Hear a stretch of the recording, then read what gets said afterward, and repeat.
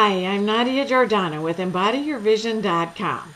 I'm talking today with Jane Morrison. She is known as the Dream Big Coach for being able to help her clients see their greatness, go after their dreams, and live their purpose. She is a certified life and business coach through the International Coach Federation, who works primarily with women in transition, women who want more out of life. Women who want to start a business or are in business and want to have more profit and less struggle. She began her coaching, training, and consulting practice in 1991 after going through her own personal life transition that included a difficult divorce and a midlife crisis of reinventing herself. She is CEO of her own coaching and training company, Morrison Business Solutions, and she is the founder of Savvy Women Entrepreneurs Association, a learning community for women entrepreneurs. Let's talk to Jane. Welcome, Jane. You're a certified coach, trainer, and business consultant. Give me the short version of how you work with people in those different capacities. Well, I started off working as a life coach, which is really helping people figure out what they want to change in their life. And my career has morphed into being more of a business consultant, especially helping women who own their own businesses, women entrepreneurs, be more effective and smarter and earn more money in their businesses. And then I also do some training, which is actually the old-fashioned hands-on teaching a class and teaching people new skills. So between the coaching and the consulting and the training, that kind of wraps up what my job is about. I know you're a woman who is living her passion. How did you discover what that was, and how did you go about following it? Oh, I like so many other people, had a midlife crisis when I was 40. I had gone through a difficult divorce, and I just decided I wasn't going to settle anymore. And I was working in a job that was very stressful. It was high-level management. And I had this calling at my heart. And I started to listen to my heart and look at my gifts and look at how I wanted to make a difference in the world. And I found about this career about coaching. And I looked into how much school it would take. And it was really scary to make this leap of faith. But I did, and I decided to go back to school and quit my secure job and open up my own business. And that was about 10 years ago. And it was really great because it was following my heart on what I was supposed to do while I was here on earth. What was your biggest challenge starting your business? Well, when you start a business, like most people, I didn't know what I didn't know. So there was a huge learning curve. And I think it was learning to not have to do it all by myself. I wanted to do my own business cards, my own graphic design, and create my own website, and my own accounting and bookkeeping, and that took me away from really marketing my business. And so learning to let go, asking for help, and learning that I have to really learn how to be a smart businesswoman in order to succeed, because that's why a lot of businesses fail if they don't implement smart business practices. So that was my biggest learning curve. Well, a lot of people get discouraged. How did you stay motivated? Well, I've had a lot of support over the last 10 years. I've always had a coach, either one or two, that I've paid professionally to support me, where I talk to them every week, and I set my goals, and they're my accountability partner, and they also help me see new ways to do things when I'm stuck and give me resources. I also have informal mentors. A few of my girlfriends are entrepreneurs who support one another. I've joined several mastermind groups, which is kind of a group mentality about getting together and helping one another grow. So, without having the support of others, being an entrepreneur can be very isolating. And I've really needed to surround myself with people who can help me and mentor me and lessen that learning curve for me.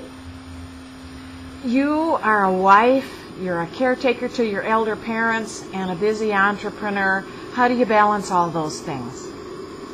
Well, I think as any entrepreneur can attest, our work is never done. We could probably work 24 hours a day if we let ourselves.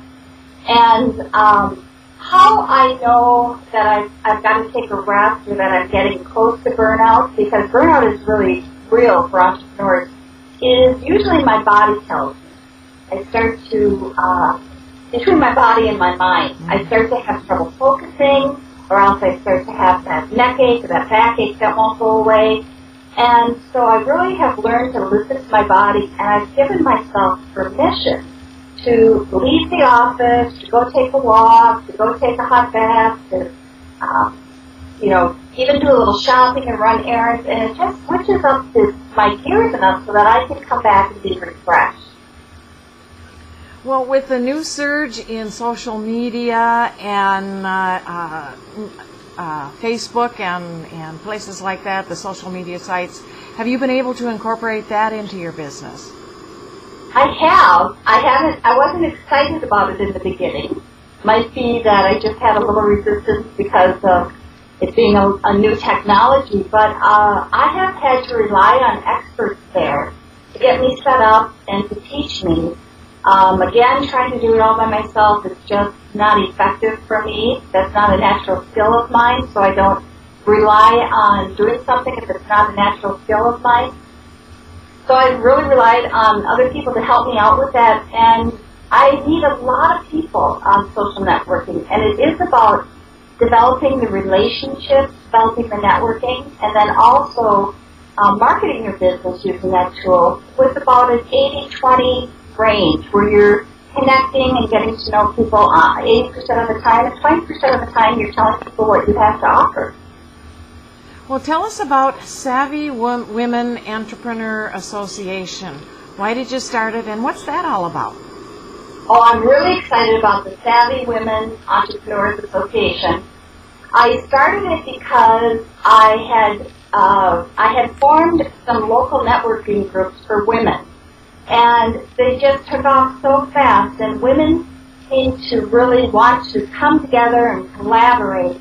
And especially when they're entrepreneurs, they want to share resources, and I want to provide that to them. So instead of just having local networking groups, I've decided to create an online global community where they can really find every answer they need for their business. They can get motivated and hear experts in any kind of field to talk about how to do something. They can get some coaching or some mentoring, and they can belong to the community so that it takes away that isolation and that feeling of overwhelm for them. So that's something that women can find out about by going to SavvyWomenEntrepreneurs.com. Oh, good. I'm glad you gave the website. Thank you. You're welcome. What advice would you give to the women out there watching who are looking at starting their own business? Well, I think you have to be very smart when you start your own business because it usually takes longer than you think. Number one, I would ask them if they're really, really passionate about what it is that they're choosing to do, because that passion will propel you through the tough times. And number two, they need to have some kind of support system, join a group, hire a coach, hang around other people that could mentor them, and have some sort of plan and get some kind of funding too, because they're going to have to spend some money on marketing. So definitely get the support and think it through and make sure they have passion. Oh, great. Well, thanks for being with me today, Jane. I'll give that website here again in just a moment. Okay, Nadia, it was a real pleasure. Thank you. Bye. Bye. That's it for today. I was talking with Jane Morrison of Morrison Business Solutions. Her websites are janemorrison.com and SavvyWomenEntrepreneurs.com. This is Nadia Jordana inviting you to embody your vision. It's easier than you think.